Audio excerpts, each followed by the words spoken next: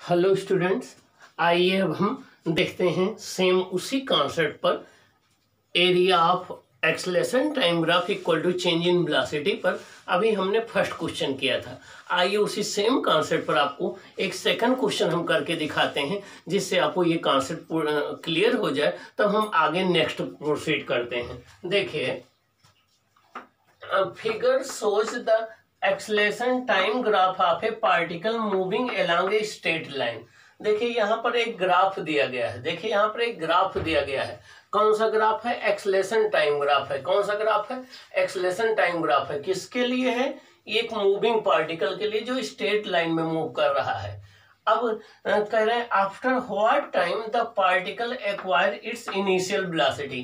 कितने टाइम के बाद इस पार्टिकल को अपनी इनिशियल वेलोसिटी मिल जाएगी। देखिए ये कोई एक पार्टिकल है। पार्टिकल का एक्सेलेरेशन टाइम ग्राफ दिया गया है। अब इस ग्राफ से आप देखिए t इक्वल टू 0 सेकंड से लेकर के t इक्वल टू 1 सेकंड तक इसका एक्सेलेरेशन है 2 मीटर पर सेकंड स्क्वायर। देखिए t इक्वल टू 0 सेकंड से लेकर के t इक्वल टू 1 सेकंड तक इसका जो एक्सेलरेशन है वो है 2 मीटर पर सेकंड स्क्वायर। और ग्राफ देखिए पैरेलल आया है टाइम एक्सिस के। तो 0 से 1 सेकंड तक, देखिए 0 से 1 सेकंड तक इसका एक्सेलरेशन कांस्टेंट है। 0 से 1 सेकंड तक इसका एक्सेलरेशन कांस्टेंट है। वो कितना है? 2 मीटर पर सेकंड स्क्वायर। उसके बाद इसका एक्सेलरेशन डिक्रीज हो रहा है। देखिए डिक्रीज हो रहा है। t इक्वल टू 2 सेकंड पर इसका एक्सेलरेशन 0 हो गया। t इक्वल टू 2 सेकंड पर इसका एक्सेलरेशन 0 हो गया। उसके बाद देखिए फिर इसका एक्सेलरेशन इंक्रीज होने लगा अपोजिट डायरेक्शन में। और t equal to t naught time पर ये d पर इसका एक्सेलरेशन की कुछ वैल्यू होगी। आपको ये फाइंड आउट करना है। क्वेश्चन ये है कि after what time the particle will acquire it's initial velocity. तो करें कितने टाइम के बाद इस पार्टिकल की जितनी इनिशियल वेलोसिटी थी यह t इक्वल टू 0 पर उतनी ही फाइनल वेलोसिटी हो जाएगी। आपको ये बताना है कि ये पार्टिकल जिसके लिए एक्सेलरेशन टाइम ग्राफ दिया गया है कितने टाइम के बाद इसकी जो फाइनल वेलोसिटी होगी वो इनिशियल के इक्वल हो जाएगी। समझ गए क्वेश्चन क्या है? ये एक्सेलरेशन टाइम ग्राफ आपको दिया गया है। आपको ये बताना है कि कितने टाइम के बाद इस पार्टिकल की फाइनल वेलोसिटी इनिशियल के इक्वल हो जाएगी।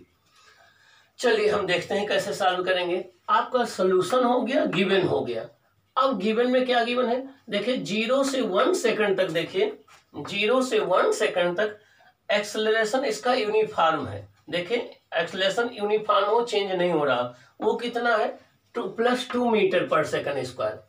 हम ये सपोज कर लें, मान लिया कि यहाँ t equal to t naught time पर, हमने मान लिया t equal to t naught time पर इसकी फाइनल वेलोसिटी इनिशियल के इक्वल हो जाएगी। हम ये सपोज कर लें कि t equal to t naught time पर इसकी फाइनल वेलोसिटी इनिशियल के इक्वल हो जाएगी। तो अब आपको क्या करना है? वो टाइम निकालना है जब इसकी फाइनल वेलोसिटी इनिशियल के इक्वल हो जाएगी। आपको वो टाइम फाइंड आउट करना है जबकि फाइनल वेलोसिटी इनिशियल के इक्वल हो जाएगी। कॉन्सेप्ट है कि change in velocity equal to area under acceleration time graph होता है। Change in velocity equal to area under acceleration time graph होता है। Let after a time T not final velocity of particle becomes equal to the initial velocity. हमने ये मान लिया कि T naught time के बाद, ये देखिए टी नॉट ये टाइम है, इतने टाइम के बाद इसकी फाइनल वेलोसिटी इनिशियल के इक्वल हो गई। अब फाइनल वेलोसिटी जब इनिशियल के इक्वल हो जाएगी, आप चेंज इन वेलोसिटी निकालेंगे तो देखिए चेंज इन वेलोसिटी हो जाएगा v final minus v initial. और v फाइनल और v इनिशियल दोनों सेम है तो चेंज इन वेलोसिटी क्या हो जाएगी? 0 हो जाएगी। तो फिर से सुन लीजिए, हमने मान लिया कि टी नॉट टाइम के बाद इसकी फाइनल वेलोसिटी इनिशियल के इक्वल हो जाएगी। जब फाइनल वेलोसिटी इनिशियल के इक्वल हो जाएगी तो चेंज इन वेलोसिटी कितनी हो जाएगी? v final minus v initial. तो v इनिशियल माइनस इनिशियल 0 हो जाएगी। तो इसका मतलब 0 हो जाएगी, चेंज इन वेलोसिटी 0 हो जाएगी। लेकिन हमें पता है कि चेंज इन वेलोसिटी किसके बराबर होता है? चेंज इन वेलोसिटी होता है एरिया ऑफ एटी ग्राफ। क्या? Area of eighty graph. अब यहाँ पर देखिए एटी ग्राफ का एरिया क्या हो जाएगा? ओ ए बी सी का एरिया ये आएगा और प्लस सी डी ई का एरिया। एक्सेलरेशन टाइम ग्राफ का एरिया क्या हो जाएगा, इतना एरिया प्लस ये एरिया प्लस ये एरिया। तो एक्सेलरेशन टाइम ग्राफ का एरिया हो जाएगा area of A O A B C और plus area of C E D, area of C E D, ये टोटल एरिया हो जाएगा। क्या हो जाएगा, ये टोटल एरिया हो जाएगा। तो अब एरिया क्या होता है, चेंज इन वेलोसिटी, और चेंज इन वेलोसिटी 0 है। तो आपका इतने का एरिया और प्लस ये एरिया इक्वल टू क्या होना चाहिए, इनका सम 0 होना चाहिए। देखिए इनका सम क्या होना चाहिए, इनका सम ये क्या होना चाहिए, इनका सम 0 होना चाहिए। इनका सम क्या होना चाहिए, 0 होना चाहिए।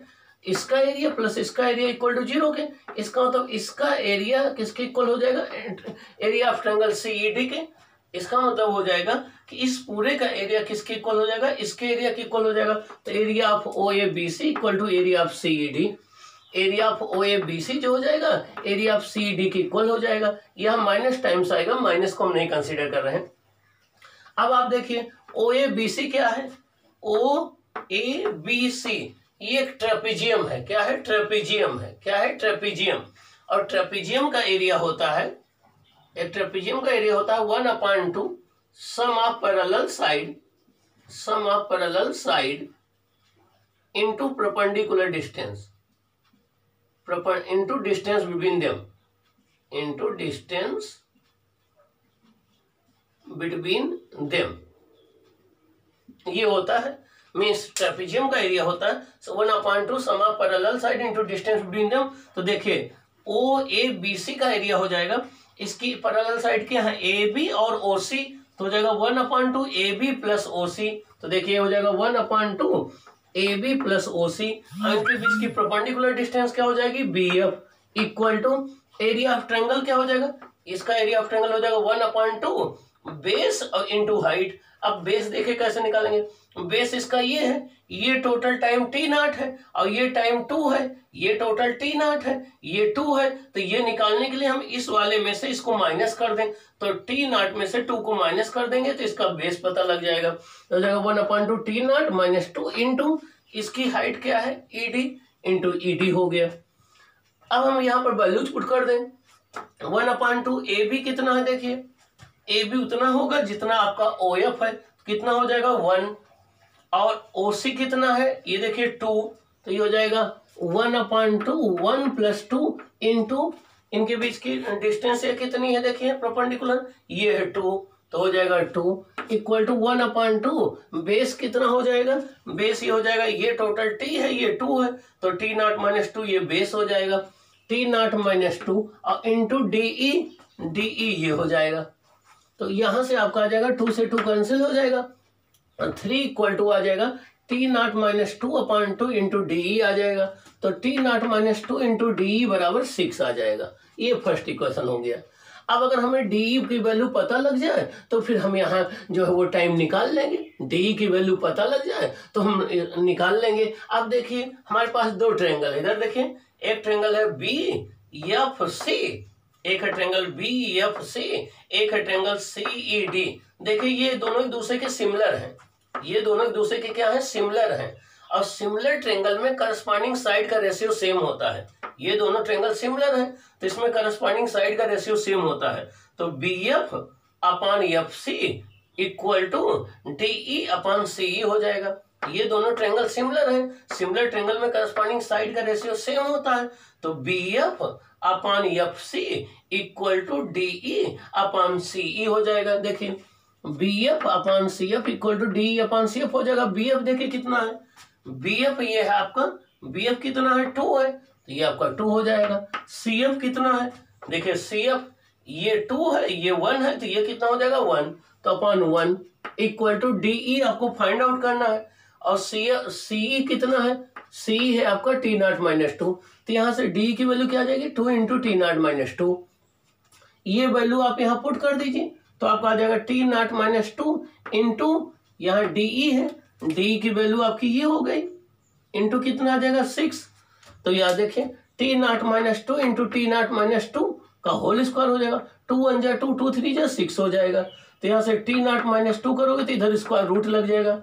देखिए नेक्स्ट स्टेप में क्या हो जाएगा कि आपका इधर स्क्वायर रूट लग जाएगा।